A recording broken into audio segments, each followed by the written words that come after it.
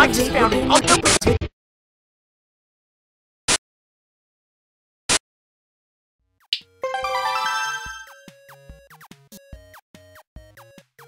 A young man stands in his bedroom. It just so happens that today, the 13th of April, is this young man's birthday. Though it was 13 years ago he was given life, it is only today he will be given a name. What will the name of this young man be? Enter name. Zeus Smell Poop Lord. Try again, smartass. Try again. John Egbert. Examine room. Your name is John. As was previously mentioned, it is your birthday. A number of cakes are scattered about your room. You have a variety of interests. You have a passion for really terrible movies. You like to program computers, but you are not very good at it. You have a fondness for paranormal lore, and are an aspiring amateur magician. You also like to play games sometimes. What will you do? John, quickly retrieve arms from drawer. Your arms are in your magic chest, Poop Lord. Remove cake from magic chest. Out of sympathy for John's perceived lack of arms, you pick up the cake for him and put it on his bed. John, quickly retrieve arms from magic chest. You retrieve your fake arms from the chest. You use these for hilarious antics. You captcha-log them in your Silodex. You have no idea what that actually means, though. There are other items in the chest. John, examine contents of chest. In here, you keep an array of humorous and mystical artifacts, each one a devastating weapon in the hands of a skilled magician or a cunning prankster. You are neither of these things. Among the artifacts are 2 fake arms currently captcha-logged in your Silodex, 1 pair of trick handcuffs, 1 stunt sword, 1 magician's hat, 1 pair of Beaglepuss glasses, several smoke pellets, several blood capsules, and 1 copy of Colonel Sassacre's daunting text of magical frivolity and practical jappery, and 1 copy of Harry Anderson's Wise Guy by Mike Caveney. Some of this stuff may come in handy at some point. For now, you decide to just take the smoke pellets. John, captcha-log smoke pellets. You stow the smoke pellets on one of your captcha-log cards in your Silodex. You still aren't totally sure what that means, but you are starting to get the hang of the vernacular at least. You have 2 empty captcha-log cards remaining. John, equip fake arms. You aren't totally sure if equip is a verb copacetic with the abstract behavioral medium in which you dwell, but you give it a try anyway. Unfortunately, you cannot access the fake arms. Their card is underneath the one you just used to captcha-log the smoke pellets. You will have to use the pellets first in order to access the arms, but this is probably unadvisable since you just make your room lousy with smoke. Your Silodex's fetch modus is currently dictated by the logic of a stack data structure. You were never all that great with data structures and you find the concept puzzling and mildly irritating. But with any hope, perhaps you will advance new, more practical fetch modi for your Silodex with a little more experience. John, examine problem sleuth poster. Is it even possible to get any more hard-boiled than that? You really doubt it. This poster was one of your wisest purchases. There's a nice spot on the wall next to it. You've been meaning to hang another poster there soon. John, read note on drawer. Happy birthday, son. I am so proud of you. This note is rich with the aromas of fatherly aftershaves and colognes. Beside the note is a rolled-up poster. John, take poster. Another birthday artifact. You wonder what's printed on the poster. You'll need some way to hang it on your wall. John, acquire a hammer and nails. They will come in handy. You first place the hammer into your Silodex, but now all of your captcha-log cards are full. You wonder what'll happen if you try to take the nails? You guess it doesn't hurt to try.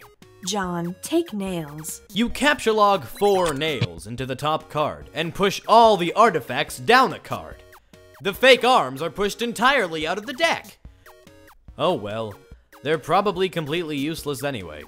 But you probably don't want to do that again, unless you want to drop the smoke pellets and suffer the consequences. In any case, you now feel like you've gathered enough things to get down to business and do some really important stuff. The next thing you do will probably be exceptionally meaningful. John, squawk like an imbecile and shit on your desk. This is the dumbest idea you've had in weeks. Stupid, stupid, stupid. And yet, the polished surface of your desk, it beckons. Shit on me, John. Shit on me. John, combine the nails and hammer. You merged the top two cards. The hammer and nails are now capture logged on the same card and can be used together. John, use hammer and nails on poster. You use the hammer and nails card in conjunction with the card beneath it. John, nail poster to wall.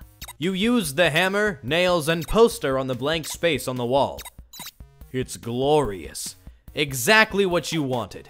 The old man really came through this time. John, examine Con Air poster. Put the bunny back in the box. I said, put the bunny back in the box. Why couldn't you put the bunny back in the box? John, examine Deep Impact poster. Morgan Freeman's genteel, homespun mannerisms were perfect qualities for a president residing over a crisis. Oceans rise, cities fall, hope survives. Wow. Films about impending apocalypse fascinate you. Plus, a black president? Now you've seen everything. John, examine calendar. You've marked your birthday, the 13th of April. Another day you marked was supposed to be the arrival date for the highly touted Spurb beta launch. It's been 3 days already. It's starting to become a sore subject with you. John, eat cake. You are sick to death of cake. You've been eating it all day, and you have no intention of clogging your Silodex with it either. The cake stays put, for now. You hear a notice from your computer. Someone is messaging you. John, examine incoming message. You pull up to your computer. This is where you spend most of your time. You decorated your desktop with some rather handsome wallpaper which you made yourself. You are really proud of it. Your desktop is also littered with various programming project files. You are so bad at programming, sometimes you wonder why you even bother with it. Your PesterChum application is flashing. Someone is trying to get in touch with you. John, open Pesterchum. Only one of your chums is logged in. He sent you a message. John, open message. Turntech Godhead begin pestering ectobiologist. Hey, so what sort of insane loot did you rake in today? I got a little Monsters poster. It's so awesome. I'm going to watch it again today. The apple juice scene was so funny. Oh, hell. That is such a coincidence. I just found an unopened container of apple juice in my closet. It is like fucking Christmas up in here. Okay, that's fine. But I just have one question and then a word of caution. Have you ever seen a movie called Little Monsters starring Howie Mandel and Fred Savage? But the seal on the bottle is unbroken. Are you suggesting someone put piss in my apple juice at the factory? All I'm saying is, don't you think Monster Howie Mandel has the power to do something as simple as reseal a bottle? Try using your brain, numbnuts. Why did the fat kid who ever drank it know what piss tasted like? I mean, his reaction was nigh instantaneous. It was the 15th day in a row Howie Mandel peed in his juice. Okay, I can accept that. Monster B-list celebrity douchebags are cunning and persistent pranksters. Also, Fred Savage is a really punchable face. But who cares about this? Let's stop talking about it. Did you get the beta yet? No. Did you? Man, I got 2 copies already. But I don't care, I'm not gonna play or anything, the game sounds boring. Did you see how it got slammed in Game Bro? Game Bro's a joke and we both know it. Yeah. Why don't you go check your mail? Maybe it's there now. Alright. John, look out window.